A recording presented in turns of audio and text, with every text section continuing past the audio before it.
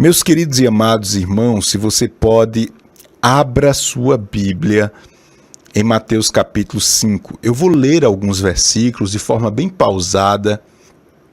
Se você não pode agora, está dirigindo, está no trabalho, não pode parar, presta bem atenção ao conteúdo dessa palavra, porque eu entendo que Deus vai responder as suas perguntas, Deus vai aquietar o seu coração, Deus vai lhe dar mais segurança para você resolver os seus problemas nesse dia. Aqui nós estamos para levar as verdades de Deus até você. Tipos de pessoas que Deus abençoa. Vamos lembrar aqui que as palavras que eu vou ler são palavras de Jesus e ele estava dando aí as suas últimas instruções até ir à cruz e morrer pelos nossos pecados. O Sermão da Montanha, toda vez que você ouvir essa palavra Sermão da Montanha, você entenda como as principais instruções de Jesus. Sabe, quando você vai fazer uma viagem e você dá uma orientação aos seus filhos, por exemplo, e chega um momento em que você está se despedindo, aí você diz, olha, preste atenção, porque o que eu vou falar aqui para você é mais importante do que tudo que eu já falei. Desculpa.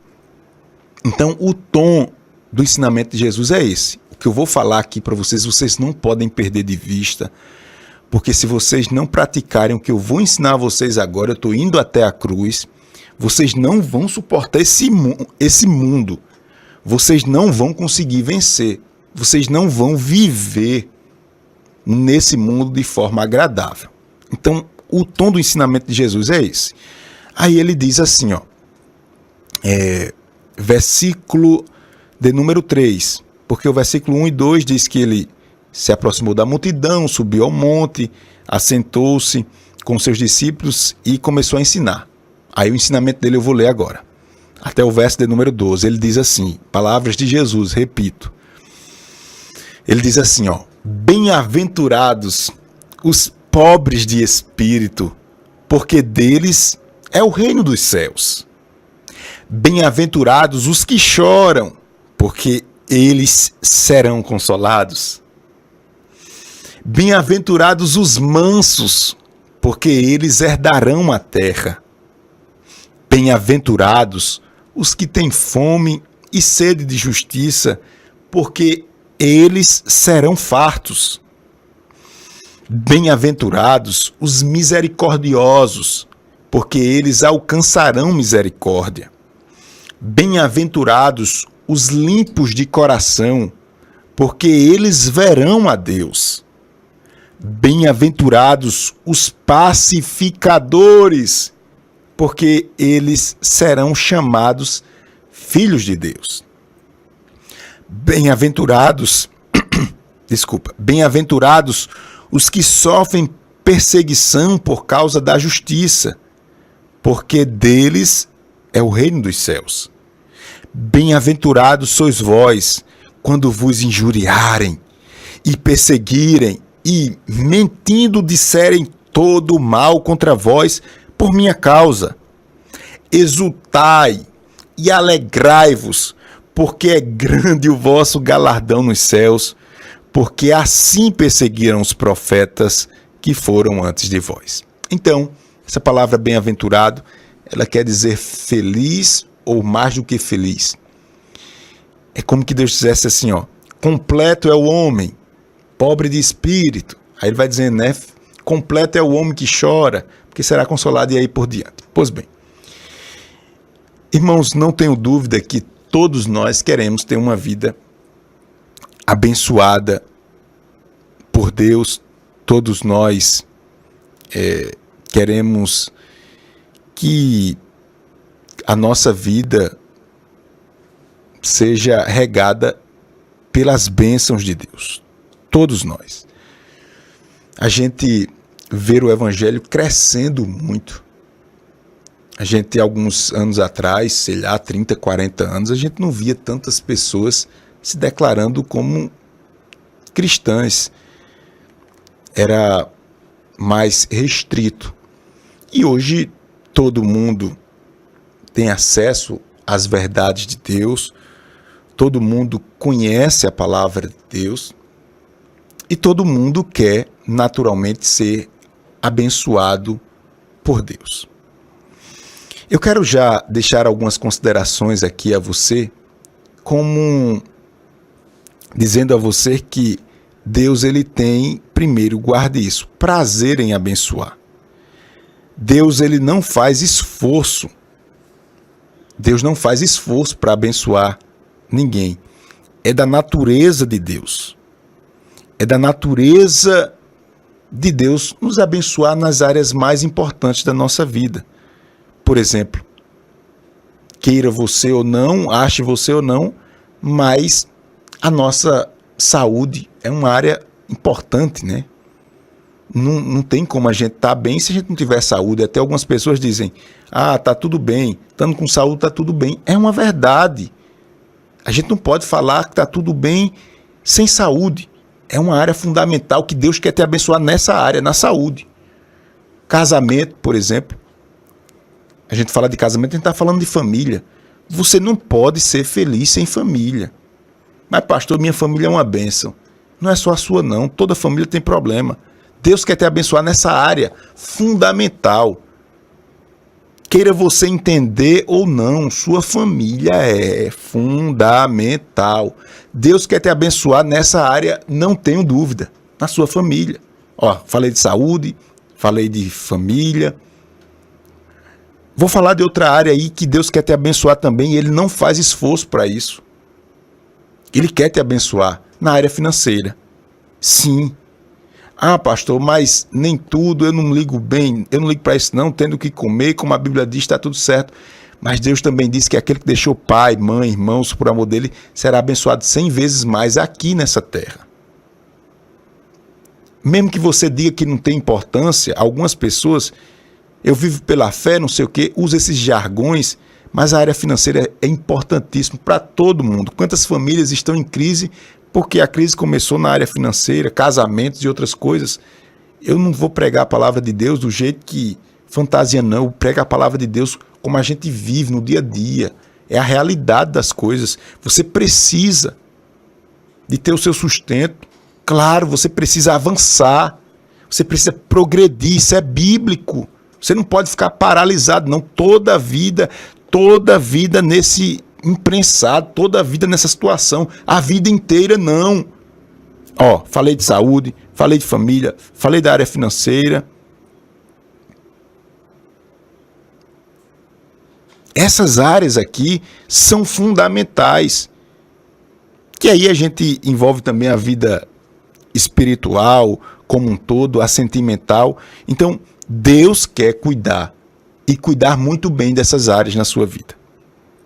Olha o que diz 2 Coríntios capítulo 9, versículo de número 8. Diz assim, Deus é poderoso para fazer que lhe seja acrescentada toda a graça. Olha aí, Deus é poderoso para lhe fazer que toda a graça, todo favor seja acrescentado na sua vida. Para que em todas as coisas, eu vou repetir, para que em todas as coisas, em todo o tempo, tendo tudo o que é necessário, vocês transbordem em toda boa obra. Dá para entender aqui? Transbordar, crescer, avançar. Em todo o tempo, Deus quer nos abençoar, mas mesmo a gente querendo ser abençoado em todas as áreas, às vezes a gente se distancia da presença de Deus. A gente se faz de não entendido. A gente prefere continuar no pecado, a gente prefere continuar reclamando, a gente prefere continuar desobedecendo os ensinamentos de Deus e quer ser abençoado. E não há nada mais triste do que passar por esse mundo sem experimentar a bondade de Deus. Por mais que você ouça a palavra, por mais que eu esteja aqui pregando,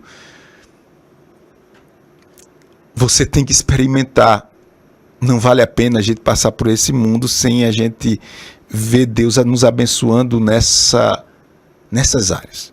E eu quero aqui com você caminhar, dito isto, eu quero caminhar com você lhe mostrando algumas características de pessoas que Deus abençoa. Baseado no Sermão da Montanha, eu vou lhe mostrar algumas características que Deus quer encontrar nas pessoas para que Ele as abençoe.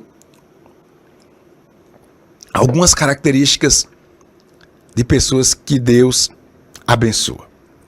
Então vamos lá pontuar agora. Desculpa. Você que está comigo agora, eu peço que você que está ao vivo, você que vai assistir essa mensagem em outro momento, eu peço que você compartilhe para a gente alcançar outras famílias com essa palavra. Chegue sempre aí nos recados, como se você estivesse num culto, né? Quando você diz amém, glória a Deus, quando tem uma palavra que toca em você, você digite aí, que aí a gente vai acolhendo cada palavra como recados, e isso é bom para que a gente alcance outras pessoas em nome de Jesus. Então vamos lá. A primeira característica da pessoa que Deus abençoa está lá no versículo de número 3. Olha que coisa linda. Se você puder, digite aí. Deus sempre abençoa quem é pobre de espírito. Deus sempre abençoa quem é pobre de espírito. Guarde essa expressão. Deus sempre abençoa quem é pobre de espírito. E esse pobre de espírito não é como a gente fala, não. Fulano é pobre de espírito. Ou seja, no nosso dia a dia a gente usa essa expressão como dizendo que a pessoa é uma pessoa sem valores, né? É uma pessoa sem crédito. Isso é um pobre de espírito. Não. Aqui a gente não está falando, e Jesus não está falando do pobre financeiramente falando. Não é aquele que não tem dinheiro, não é aquele que tem uma vida simples, não. Olha, que coisa linda. Veja a característica das pessoas que Deus sempre abençoa. Deus está falando aqui das pessoas que entendem que são pecadoras e que não merecem a bondade de Deus. Se você é uma dessas pessoas que compreende o quão o seu pecado é real, o quão você precisa de Deus, aleluia, o quanto você precisa estar nos pés de Jesus diariamente, que você é consciente dos seus pecados mais íntimos, pronto, você tem uma característica de uma pessoa que Deus abençoa, aleluia. O pobre de espírito é a pessoa que não atribui a ele o que ele não é. O pobre de espírito é uma pessoa que não atribui a ele os valores ou virtudes próprias. Ele sabe que o que ele tem de bom foi Deus que deu. O pobre de espírito, ele sabe que se ele se afastar dos caminhos do Senhor, da oração cotidiana, da ajuda ao próximo, das atividades espirituais, ele se torna uma pessoa como outra qualquer, sendo levado pelos seus pecados mais terríveis. Essa palavra chega ao seu coração para que você entenda, aleluia, que o que você tem de bom não é você, não foram seus pais que ensinaram, simplesmente, não foi a igreja que te ensinou simplesmente, aleluia, o que você tem é porque você tem experiência com Deus, o que você tem de bom é Deus que te dá, aleluia, o que você tem de bom vem de Deus, e você precisa reconhecer isso. Talvez você diga assim, mas pastor, eu ainda não sou o crente que eu queria ser, a pessoa que eu não queria ser, pastor, vez por outra vem um furacão na minha vida, e eu digo, meu Deus, eu até pensava, pastor, que tinha vencido isso, mas daqui a pouco eu estou mais uma vez encarando de frente esse gigante chamado pecado na minha vida. Aleluia, glória a Deus porque você chora. Glória a Deus porque você reconhece que você precisa de Deus. Glória a Deus porque mesmo ainda não vencendo todas as situações na sua vida, você odeia o pecado e luta contra ele. Deus está me usando para dizer: meu filho, eu te abençoo porque eu reconheço a tua sinceridade. Eu te abençoo, meu filho, porque eu sei que você está lutando. Aleluia, glória a Deus. Primeira característica da pessoa que Deus sempre abençoa. Deus sempre abençoa quem é pobre de espírito. Bem-aventurado os pobres de espírito, pois dele é o reino dos céus. Deus ama as pessoas que sabem que não pode se salvar por si mesma. Toda presença, toda coisa que seja útil vem de Deus. Segunda característica das pessoas que Deus sempre abençoa. Se você pode, digite aí: Deus sempre abençoa quem chora. Deus sempre abençoa quem chora. É, isso mesmo. Deus abençoa sempre quem sente a dor do outro.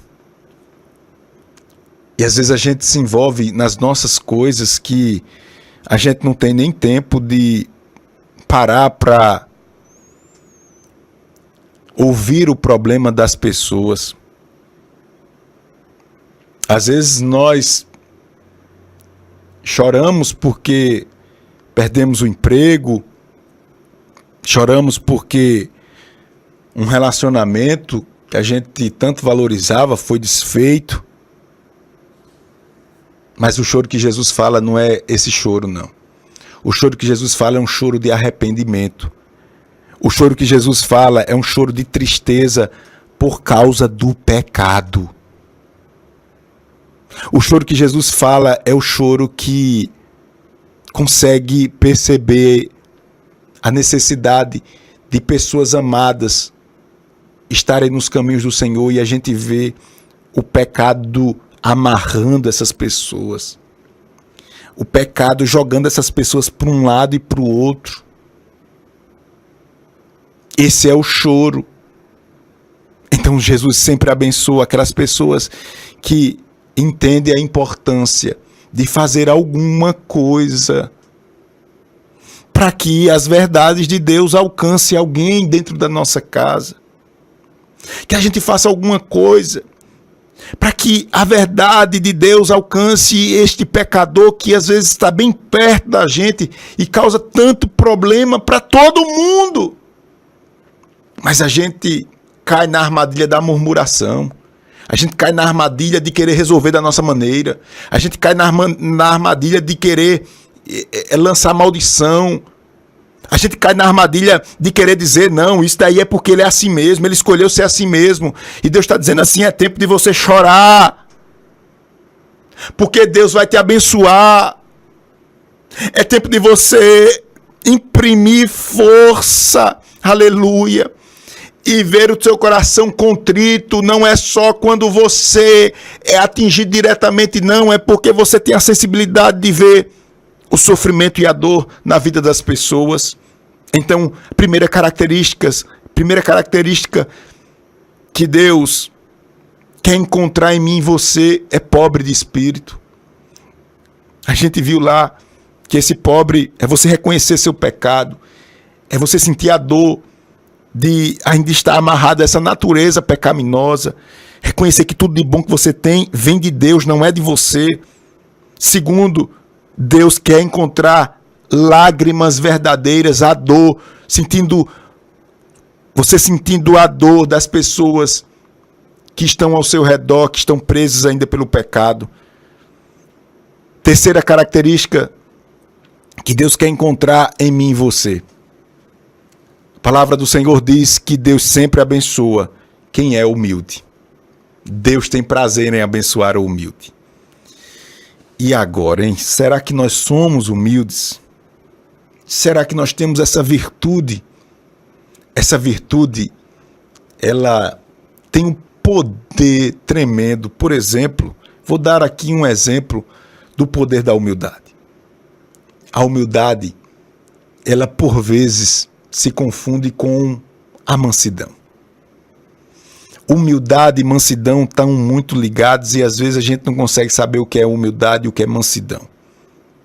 E com isso eu digo que um dos grandes privilégios de alguém que é humilde é porque é uma pessoa que tem um controle e domínio próprio. É como que os humildes, para a gente ter um melhor entendimento, eu poderia dizer que o humilde, ele tem as rédeas do seu coração. O humilde, ele não é guiado pelo seu coração. O humilde, ele guia o seu coração. Deu para pegar aí? O humilde, ele não é guiado pelo seu coração.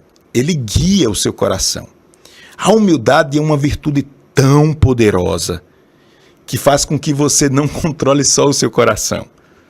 A humildade faz com que você controle até o coração das outras pessoas. A humildade atrai. A humildade atrai as pessoas. Mas não é uma humildade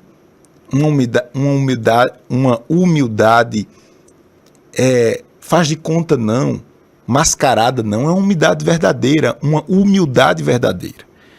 Então Jesus quer encontrar essa característica porque ele sempre abençoa as pessoas humildes e ele diz: bem-aventurados humildes, pois eles receberão a terra por herança. Que coisa linda! Jesus já nos ensinou lá em Mateus capítulo 11, versículo 29, dizendo assim, ó: aprendam de mim que sou manso e humilde de coração. Oh, Jesus! Certa vez o apóstolo Tiago teve uma conversa séria com a igreja, dizendo assim: olha, vocês estão dizendo que são crentes, vocês falam em nome de Deus, vocês oram, mas se vocês não andarem pelo caminho da humildade, vocês vão se acabar, vocês vão se destruir. Sejam humildes e humildes para refrear a língua de vocês. Que ganância é essa? Que inquietação é essa? Tiago estava dizendo em outras palavras para uma igreja toda. Vocês precisam aprender com Jesus. Eu preciso aprender com Jesus. E esse exercício deve ser diário e constante, porque às vezes a gente acha que está abalando, mas a gente está dando um exemplo de soberba que dá nojo. E às vezes a gente acha que está. A gente acha que está no topo. Eu vou concluir agora. Jesus disse que ele dá maior graça aos humildes. Sabe o que quer dizer isso? Quando Deus vê essa característica, é como que Deus dissesse assim: eu vou dobrar a porção de graça sobre o humilde. Eu mesmo vou lá e vou entregar a graça, o presente a ele. A intenção é essa dessa palavra: eu dou maior graça. É como que Jesus disse assim, ó: esses humildes serão tratados com mais atenção. Se é que a gente pode dizer isso, só para a gente entender, para você ver como Deus foca nos humildes. Do outro lado, sabe o que ele diz? Eu resisto ao soberbo. Essa palavra resistir aqui é guerrear constantemente. Imagine você tendo Deus como seu principal adversário e mais forte adversário. É só você ser soberbo. É exatamente isso. Você pode olhar essa palavra nos originais que vai dizer isso. Eu vou repetir: Deus resiste ao soberbo. Quer dizer que Deus, ele se coloca como seu principal oponente. Você está aqui na terra e é como, se é que eu posso dizer isso, mas para a gente entender eu vou dizer. É como se Deus fosse o seu principal oponente, porque você é soberbo. Dá para entender? Do outro lado, ele dá maior graça aos humildes. Portanto, Deus quer encontrar um coração pobre de espírito, isso é, reconhecendo, seja verdadeiro, seus pecados, suas falhas. Deus abençoa aquele que chora a dor do outro, não só a sua própria dor, mas que encontre diante de todas essas características também a humildade. Que Deus nos abençoe, que Deus nos ajude, em nome de Jesus.